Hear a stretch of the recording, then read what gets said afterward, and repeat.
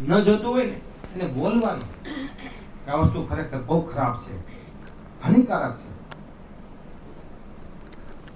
બીમારી કરનારું છે, એવું સાંભળવાનું, સતત સાંભળવાનું. જ્યાં આવી વાતો સાંભળવા મળે જવાનું સાંભળવા કે આ બહુ ખતરનાક છે, રોગ કરનારું છે, નુકસાનકારક છે, હાનિકારક છે, સાંભળવાનું.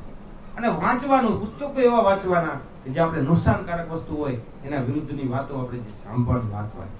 એનો એકમાત્ર રસ્તો છે કે તમે એક લેખન લખો, એક બુક લ્યો, 50 વાક્ય રોજ લખો કે ચા છે સ્વાસ્થ્યને માટે ખૂબ જ હાનિકારક છે, ખૂબ જ એસિડિક છે, આપણા વંશ વારસોને પણ એમાં ખૂબ જ બધું નુકસાન થઈ શકે, આપણા વંશ વારસો નબળા પેદા થાય એવી એ બધી હાનિકારક ઘટકો એમાં આવેલા છે.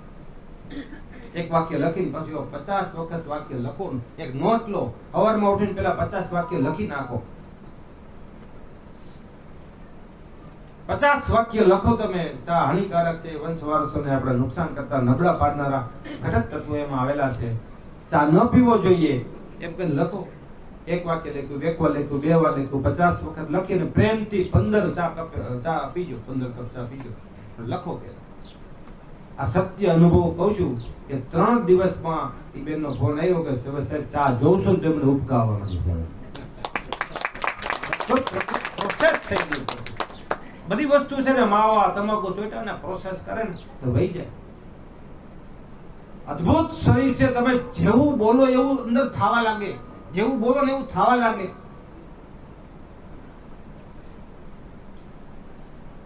વિશ્વના રેકોર્ડો એવા છે કે 15 વર્ષનો છોકરો કૂવામાં પડી ગયો તો 12 વર્ષના છોકરા એને તેડીને ખેંચી લીધો, નાળું બાંધી નાળું નાખ્યું, ખેંચી લીધો. આ વિશ્વ રેકોર્ડ છે. તમારી પાસે કોઈ મદદ સહાય કરનારું ના હોય ને તો અંદર શક્તિ, તાકાત આવે અંદરથી. આ સહાય કરનારા છે ને એટલે આપણી શક્તિ કુંઠિત થઈ ગઈ. વિશ્વ રેકોર્ડ છે કે 10 ટન ભરેલો ટ્રક એક સ્ત્રીએ ઉપાડી લીધો, ખંભો માર્યો, ઉપાડી લીધો. વિશ્વ રેકોર્ડ છે આપણો. ખંભો માર્યો, એનું બાળક દબાઈ ગયું, એને નીચે કોઈ હતું નહીં, આજુબાજુ કોઈ, અને સ્ત્રીએ ખંભો માર્યો અને 10 ટન ટ્રક ભરેલો ટ્રક છે ને ખંભો મારીને ઉપાડીને બાળકને પાછું ખેંચી લીધું. આ શક્તિઓ આપણામાં બધામાં છે. આપણે માનતા નથી, આપણે ખબર નથી કે આપણામાં આટલી બધી શક્તિઓ પડી છે. આપણે માનીને બેઠા છે કે હવે હવે તો દુખે ને કે ભાઈ માની લીધું, દુખવાનું ના.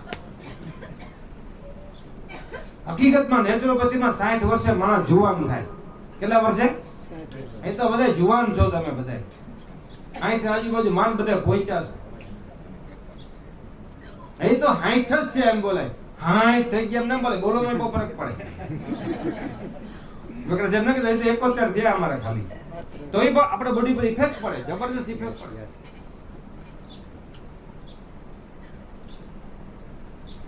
એટલે 3 વસ્તુ ચામાં આવે.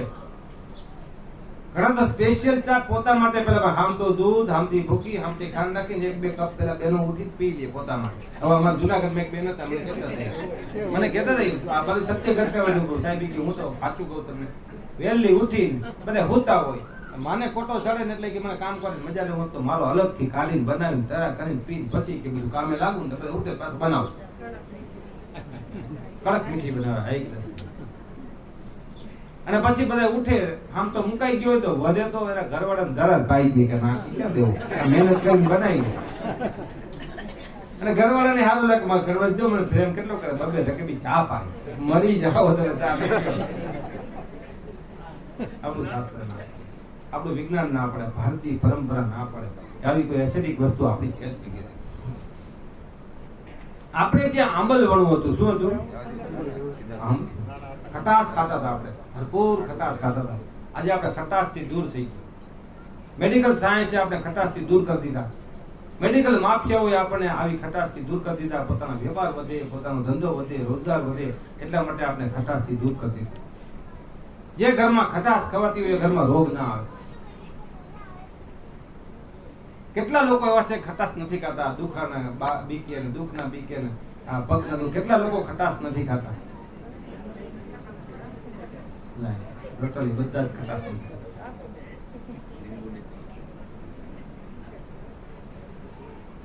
જે ઘરમાં ખટાશ ખવાય ને એ ઘરમાં કોઈ કમર પગના દુખાવા ના આવે, બીજા અન્ય રોગો ના આવે. 4 દિવસથી હું એક વાત કરું છું કે શરીરના તમામ રોગો છે ને યુરિક એસિડના છે. શેના છે? અને ખટાશ છે ને એ સાઇટ્રિક એસિડ છે. અને સાઇટ્રિક એસિડ છે ને એ યુરિક એસિડનું મારણ છે. જેટલું તમે ખટાશ ખાશો, બોડીમાં નાખશો, એટલું તમારું રોગ તમારો દૂર જતો રહેશે. ખટાશ એટલે કઈ વસ્તુમાંથી? આમળા, આંબલી, લીંબુ, ટમેટા, આ બધા ખટાશ એમાં સાઇટ્રિક એસિડ હોય. કાચી કેરી, આ બધા ખટાશ વાળા છે. સાહેબ ઉકાળી નહીં ને પાછું, નહીં તો ઉકાળવાથી કઈ ફરક ના પડે. ઉકાળવું તો ભલે, પણ જનરલી પલાળીને આંબલી પીવામાં આવે તો વધુ સારું. મારી પાસે એક બેન આવ્યા, સાહેબ 65 વર્ષની ઉંમર હશે, પગ કમર બહુ દુખે, ઉપાડીને લાવ્યા. સાહેબ બહુ કમર પગ દુખે છે, રહેવાતું નથી, દવા લઈ લઈને થાક્યા છે, કંટાળ્યા છે, દવાની આડઅસર થવા માંડી ગઈ છે, કે રસ્તો બતાવો. ઘણી બધી વાતો સમજાવી. પછી એક વાત કીધી, તમે ખટાશ ચાલુ કરી દો. તો એ બેનને ઝટકો લઈ ગયો. ખટાશ, ખટાશ 3 વખત બોલ્યા. મેં કીધું હા, આંબલી ખાઓ, લીંબુ ખાઓ, ટમેટા ખાઓ, છાશ ખાઓ, કાચી કેરી ખાઓ. તો કે સાહેબ આજે હું 22 વર્ષ થઈ ગયા, મેં ખટાશની સામે નથી જોઈ. હું 40 વર્ષની હતી ને, એ ડોક્ટરને બતાવવા ગઈ હતી. હાલીને ગયા હતા કે તમને પકડીને લઈ ગયા હતા? નહીં, તો હું હાલીને ગઈ હતી 40 વર્ષ પહેલા. તો 22 વર્ષ જેનું માઇનર તમે ખાટલા પર કરી દીધા, તો 22 દિવસ તો અમારું માનો. કોઈ તમે હજી ત્યાં નજર તમારી છે, 22 વર્ષ સુધી તમે એક વ્યક્તિને પકડી રાખીને એને કીધેલું બધું માનો છો, 22 દિવસ તો અમારું માનો. પણ આપણે 1000 વખત કોકે કીધું ખટાશ ખાઈને હોજા ચડી જાય, ખટાશ ખાઈને હોજા ચડી જાય. અને આપણે કોઈ અનેક વાર કીધું હોય ને, આપણે મન એમાં જો સબકોન્શિયસમાં નાખી દીધું હોય ને, સબકોન્શિયસ માઇન્ડમાં, તો જેવું થાય ને એવું આપણા શરીર પર ઇફેક્ટ થાય. મેં ફૂલની વાત કરી હતી ને, કે કોકે નાખી દીધું પોતાના મને ફૂલની એલર્જી છે, તો બેનને ફૂલ જોઈ ગઈ, પોતાને હાથને એલર્જી થઈ ગઈ. હવે પ્લાસ્ટિકનું ફૂલ હતું તો એને એલર્જી થઈ ને. એમાં ખટાશ ખાવાની આપણને લોકોએ સબ નાખી દીધું. એસિડિટી અને ખટાશને લાગે વળગે. એસિડિટી યુરિક એસિડ ની હોય અને ખટાશમાં સાઇટ્રિક એસિડ હોય. એટલે એસિડિટીને દૂર કરવી તો ખટાશ ખાવાની. પગ કમર ટોટલ રોગો યુરિક એસિડના જ છે. એના માટે ખટાશ ઉત્તમ છે. અને અસંખ્ય દાખલાઓ, એક નથી, આપણી પાસે અસંખ્ય દાખલાઓ કે જે લોકોના પગ દુખતા હતા, વાળી નહોતા શકતા, બેસી નહોતા શકતા, જેવી અંદર ખટાશ ગઈ, યુરિક એસિડનો નિકાલ થયો, બહાર નીકળી ગયા, એનીમા કર્યો અને સરસ રબર જેવા પગ થઈ ગયા, રબર જેવા. અમે મહારાષ્ટ્રમાં શિબિર કરવા ગયા. આકોલામાં અમારી શિબિર હતી. 100 થી ઉપર સંખ્યા હતી, 110 સંખ્યા હતી. અને રસોડામાં 70 વર્ષની ઉપરના બહેનો બધા હતા. 70 વર્ષથી એક નાના નહીં, મજૂરી ગરીબ માણસો બધા. એટલે સુધારવાન, શાક સુધારવાન અમારા દાદાજી શીખવાડે એમ ઘરે રાખે. પછી અમારા દાદાજી મને કીધું કે સાહેબ તમને કઈ ખબર પડી? કેમ? કે આ 70 વર્ષના બહેનો છે પણ કોઈ પગ એનો લચકાતો નથી, પગ એક આમ કરતા નથી. આમ આપણે દાવ હાલે ને બધા 40 વર્ષ કે તો લગભગ અમે એને આમ સંગીતની સાથે જાણતા એવું લાગે. આપણે નેગેટિવ શબ્દ હુકમ વાપરવો છે, ભલે કાઢી રાખે.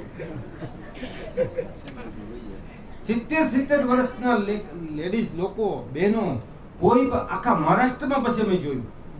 એનું કારણ મને કે તમને કઈ ખબર પડી? કે તમે લેક્ચરમાં તો બહુ બધાની કહો છો આ બધી વાતો, પણ મેં તો નજરે જોયું. તો હું જોયું તો કે અમારે 100 જણાની જ્યારે રસોઈ બનાવીને અમે સાંજે કંઈક દાળ ભાત કેવું કે દાળ કેવું કંઈક બનાવી કે શાક કેવું, એ કે એમાં 2 કિલો આંબલી નાખી દીધી લોકો. કેટલા કિલો? 2 કિલો. એટલે મેં ના પાડી કે 2 કિલો આંબલી ના નખાય, આમાં કાંઈ આ બધું થાય. તો મને કે એવું થયું કે તો મેં ના પાડતી તો એ તો કમ પડ જાય. નજરે અનુભવ કરીને આ મેડિકલ જે કઈ કરી રહ્યા છે, પોતાનો વ્યવસાય મેડિકલને લગતો, એ આવી તો કોઈ શીખવાડે નહીં.